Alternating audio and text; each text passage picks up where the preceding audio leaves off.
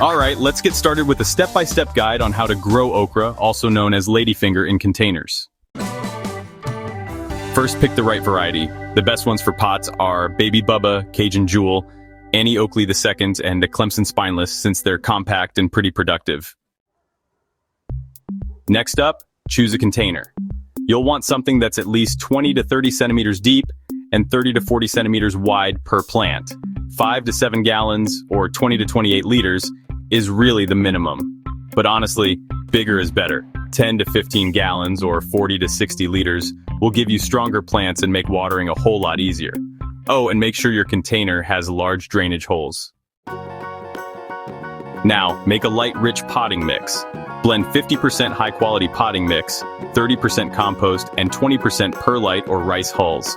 You want to aim for a pH between 6.0 and 6.8. If your mix is peat-based, go ahead and add a little garden lime, and don't forget to mix in a slow-release balanced fertilizer according to the label before you start planting. 4. Timing and temperature. Okra loves heat. Start when nights stay greater than or equal to 18 degrees Celsius, that's 65 degrees Fahrenheit, and days are warm. You can start seeds indoors 3 to 4 weeks early in biodegradable pots to transplant without disturbing roots. 5. Prep the seeds, optional but helpful. Soak in warm water for 12 to 24 hours or nick the seed coat to speed germination. 6. Planting depth and spacing. Sow seeds 1.5 to 2 centimeters or about 1/2 to 3/4 inches deep. For a 5 to 7 gallon pot, sow 2 to 3 seeds, then thin to one strong plant.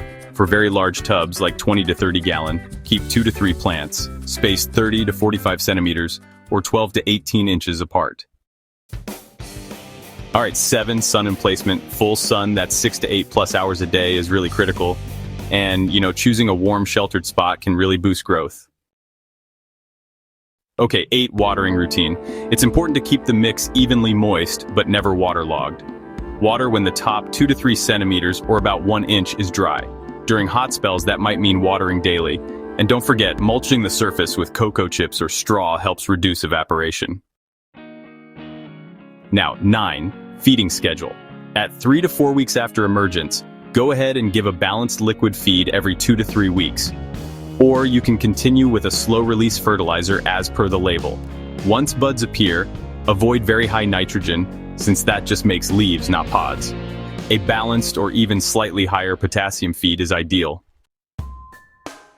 Alright, so number 10 is all about support and pruning.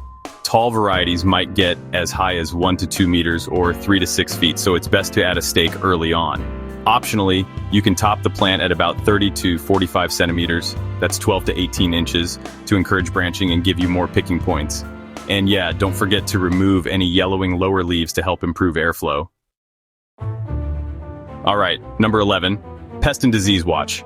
Common pests you might run into include aphids, whiteflies, spider mites, and flea beetles. To control these, you can blast them off with water or use insecticidal soap or neem oil. Just remember to apply in the evening.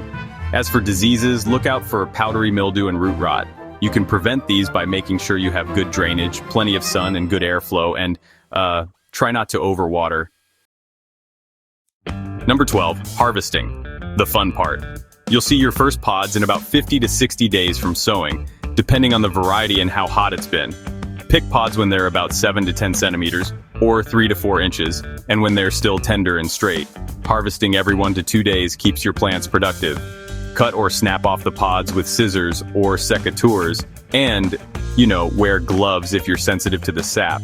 Try not to let pods get old on the plant because they turn fibrous and slow down new production. Here's a quick timeline, just a typical one. Week 0, sow your seeds. By week 1 to 2, you should see germination. Week 3 to 4, it's time to thin out seedlings, start some light feeding, and maybe add a stake. By week 6 to 8, flowering begins, and from week 8 to 10 and beyond, you'll be doing regular harvests every 1 to 2 days. And now, the troubleshooting cheat sheet. If you've got lots of leaves but not many pods, it could be too much nitrogen or not enough sun. So switch to a balanced feed and make sure your plants get full sun.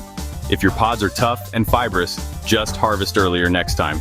If flowers are dropping, it might be that nights are too cool or the mix dried out. So improve your watering consistency and wait for warmer temperatures. And if you notice leaves are stippled or there's webbing, it's likely spider mites. Rinse the foliage and apply insecticidal soap or neem. Hope that helps.